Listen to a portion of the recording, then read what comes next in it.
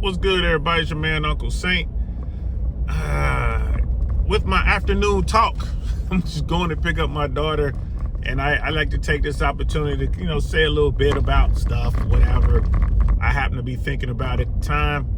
I will say this before we get started, man. I did a live last night on YouTube. I really want to know podcast. Go check that out. DL Saint, I really want to know.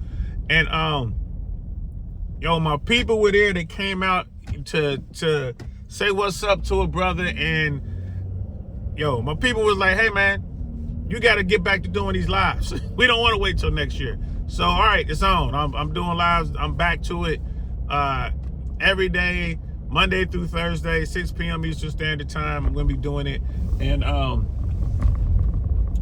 then we're gonna carry into the new year and everything else. So appreciate y'all. Thank y'all so much. You know what I'm saying? All my day ones, appreciate y'all, man. I'm hearing you. I'm gonna do it. We're gonna get to doing some lives. But what I wanted to talk about on this afternoon drive is feminism.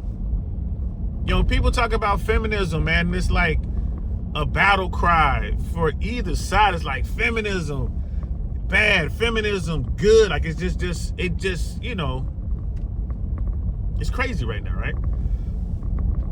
So I looked into feminism, right? So I'm trying to figure out what third wave feminism is really all about, right? I understand first wave.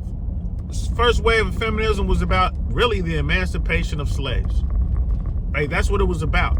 It was about ending the injustice, which was slavery. And then it was also about rights for women, right? Women needing certain rights, right? When you look at it, women were, they were underheeled. They didn't have legal rights in some instances. I'm no expert on it, but, women couldn't own property or whatever. They couldn't have businesses without having some sort of man attached. And I get all that, right? First wave feminism.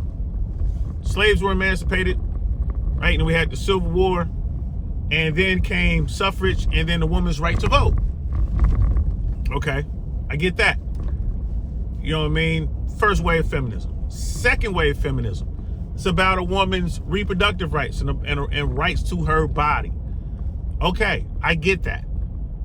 And you look at the way our laws are structured today, I would definitely say that they were successful. They being the feminists, they were successful in their endeavor to ensure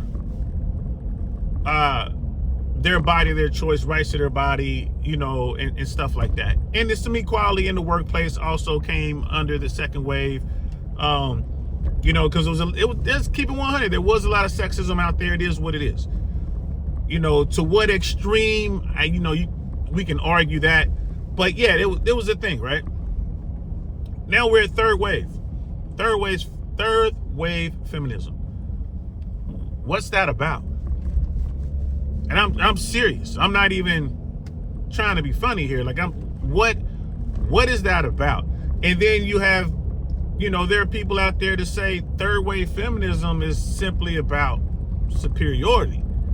You have some of the people out there like, well, third wave feminism is just about holding on to the gains that the first wave and the second wave was able to get. It's about never forgetting and not going backwards. Okay, I'm hearing the arguments. But when the average folks talk about feminism, that conversation tends to steer itself towards relationships, and people like to bring up the fact that women were back then, first wave, second wave, unhappy. Women were pretty much forced to marry. There were no options. If they married the wrong guy, they couldn't get divorced. They were depressed. They were unhappy. They wanted change. They wanted some sort of freedom to an extent, these things that they wanted. Okay, now they have it. Right? All these years, all these decades later, women have that. And now women are unhappy. Women are on, all sorts of drugs and antidepressants and, other substances like, alcohol and, recreational drugs and stuff like that. So what's changed? All this came about because women weren't happy with their situation. All the fighting and all of the legal maneuvering and all of the marching and all of the change. And here we are, 2023, almost 2024, and women are unhappy. I don't have the answer. I'm just wondering what's going on. I just have questions.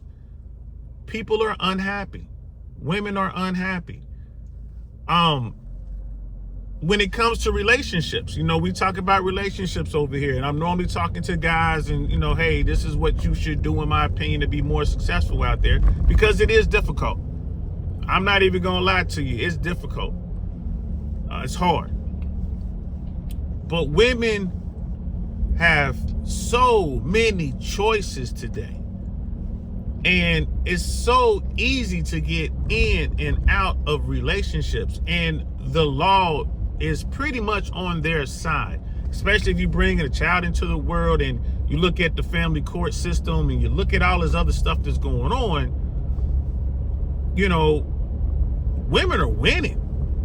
It's and although the family court system is not gender biased at all, they simply want to know who has the money, and they're going to take from the person who has and they're going to give to the person who has less. And then, the vast majority of the time, women are going to be awarded custody of their children, and it's really easy to come up with a strategy to minimize dad's visitation. They even call it visitation. It's your child. You get to visit your child. They're going to minimize dad's custody. And that leads to a lot of unhappiness, not just for the woman, but for the man and for the child or children involved. Again, all this feminism stuff has led us to this place. Again, I don't quite have answers. I'm just kind of getting the questions out there, and then hopefully we can get some comments and we can kind of work our way through it together, as a group, as a community, as a team. But it's absolutely insane how we handle that. But again, women tend to hold the cards when it comes to that facet of things, right?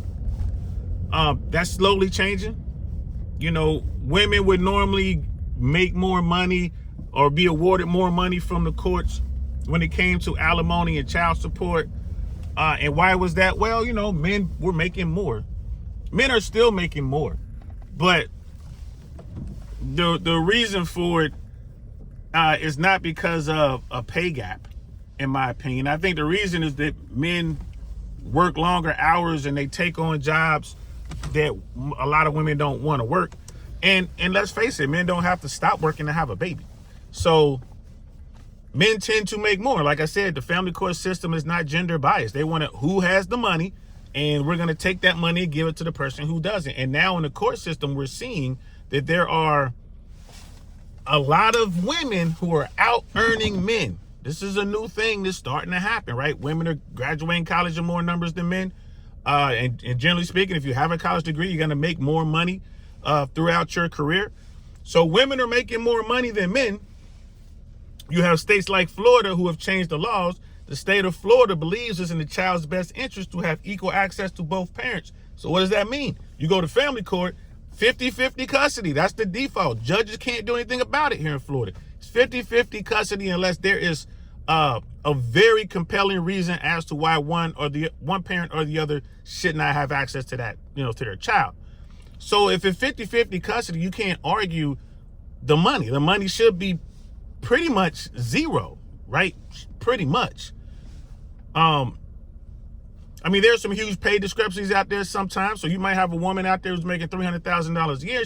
She's married to a guy who's making, let's say $80,000, $90,000 a year. If any child support is going to be paid in that instance, it's going to be the woman paying the man, which leads to more unhappiness from the woman.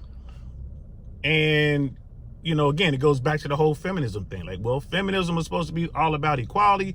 and equal rights and doing what's right.